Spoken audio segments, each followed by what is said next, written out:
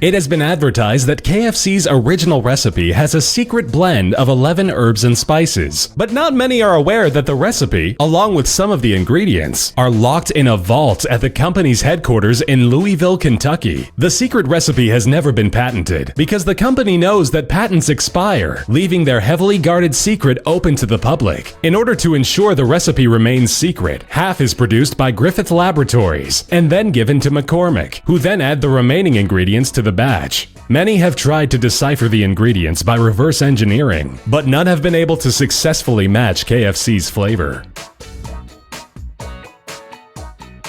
KFC was one of the first franchises to move into Asian markets. Initially, the company's slogan was a little creepy. When the American fast food giant opened their first restaurant in Beijing in 1987, they accidentally translated KFC's 55-year-old famous slogan, "Finger licking good," to "We'll eat your fingers off." People of the Chinese city were taken aback, to say the least, at such cannibalistic marketing. But soon the mistakes were caught, and now KFC is the most popular Western fast food chain in China, with more than 4,500 outlets. It's so popular there that you can even get it delivered to your door. The man behind Colonel Sanders is actually Harlan Sanders. He was indeed a colonel, but not of the US military, as many people have assumed over the years. He was given the honorary title of colonel by Kentucky's governor Ruby LaFoon. The title was given to him as a reward for his accomplishments and service to the state of Kentucky. When Colonel Sanders passed away back in 1980, flags on every Kentucky state building flew at half-mast in his honor for 4 days.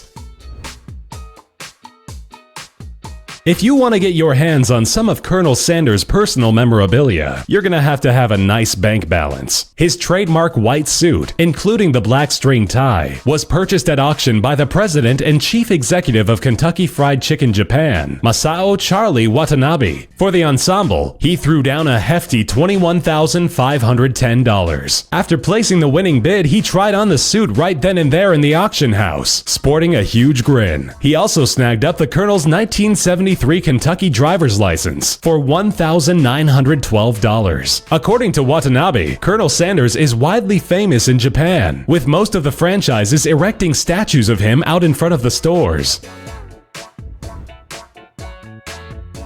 As important as the Colonel was to KFC, another man by the name Leon Pete Harmon was equally integral. He was the first man to franchise the KFC brand chicken at his hamburger joint. It was an instant hit, and the two men started opening restaurants around the country. Things really started to take off when Harmon came up with the idea to sell the chicken in the now iconic red and white striped buckets. 14 pieces of chicken, 5 rolls, and a pint of gravy was sold for $3.50. Even in the 1950s, that was a steal. Harmon was also responsible for their famous slogan, "Finger licking good." Harmon went on to operate more than 200 KFC locations in 4 states.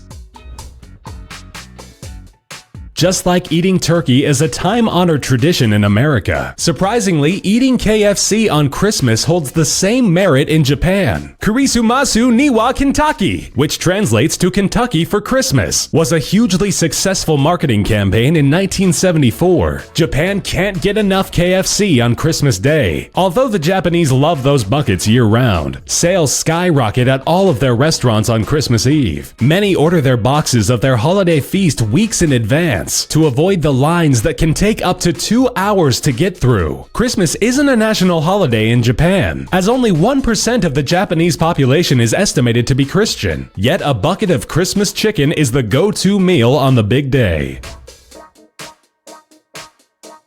Americans are always trying to abbreviate long titles, so over the years, instead of saying Kentucky Fried Chicken, people would call it KFC. In 1991, the KFC name was officially adopted, but not for the aforementioned reason. President of KFC United States, Kyle Craig, admitted the change was an attempt to distance the chain from the unhealthy connotations of fried. During the late 80s and early 90s, America was gravitating toward more health-conscious food choices. KFC execs knew that having the word fried prominently in the name would deter some consumers. At the time, some marketing analysts questioned the wisdom of shedding a well-known name, but all they did was slap the face of Colonel Sanders on the bucket, and the problem was solved. KFC, a powerhouse in itself, has a direct relation with two other mega restaurants, Taco Bell and Pizza Hut. All three companies are owned by Yum food brands. At one point, Yum even owned Long John Silver's and A&W restaurants. Nationwide, you may be able to see freestanding buildings with different combinations of the three brands. That's why sometimes you can order KFC and Taco Bell from the same menu. Yum's newest acquisition is the Mongolian hot pot restaurant Little Sheep. In 2011, they agreed to pay $587 million for the rights to the company. Colonel Sanders once shot a man over a billboard. Sanders' gas station competition Matt Stewart would paint over his sign to deter potential customers from visiting his business. When Sanders discovered Stewart painting over the sign, he and two of his employees ran to catch him red-handed, heavily armed. Shots rang out from each of the men. In the resulting gunfight, one of Sanders' employees was killed. Sanders then shot Stewart in the shoulder in retaliation. The incident gave Sanders complete control over the gas station market in the area, after his competition was sent to jail for murder.